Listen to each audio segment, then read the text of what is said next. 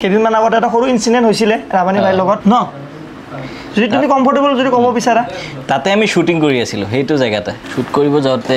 ব্ৰেকফাষ্টটো কৰিলো শুটিংৰ টিমটো তাৰ পিছত আমসাম কিনিব আছিল কিবা আমসাম বেলেগ কিবা কিবি তাৰ মেনেজাৰজনৰ লগত মানে তাৰ অকমান হি ধেমালি কৰি আছিল দেই মানে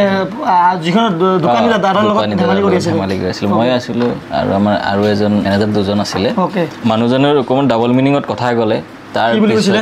এই মানে ছোৱালী খেৰি কৰি মানে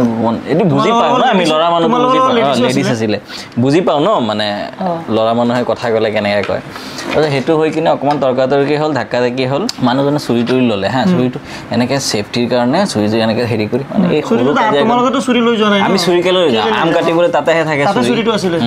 তাৰ পিছত ধাক্কা ধাক্কি হ'ল ঢেৰ মানুহ আহি গ'ল তাতে তাৰ পিছত আমি লগৰ এটাক মাৰিলে এনেকৈ গাড়ীখন বেক কৰি গোটেইকেইটা উঠালো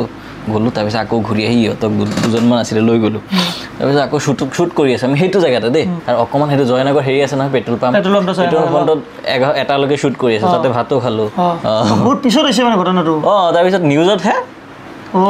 নিউজত আহিলে তাৰপিছত চবেই ক'লে কি চুৰিটো এফআইআৰ দিবলৈ যাওঁ হা এফআইআৰ দিবলৈ যাওঁ তাৰপিছত এডভোকেটে ফোন কৰিছোঁ এতিয়া নাযাবা এতিয়া ক'লে এৰেষ্ট কৰিব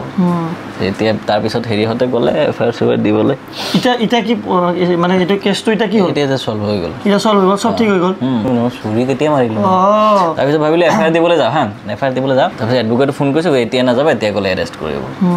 এতিয়া তাৰপিছত হেৰিহঁতে ক'লে এফআইআৰ দিবলৈ এতিয়া কি মানে এইটো কেছটো এতিয়া কি হ'ল এতিয়া যে চল্ভ হৈ গ'ল চব ঠিক হৈ গ'ল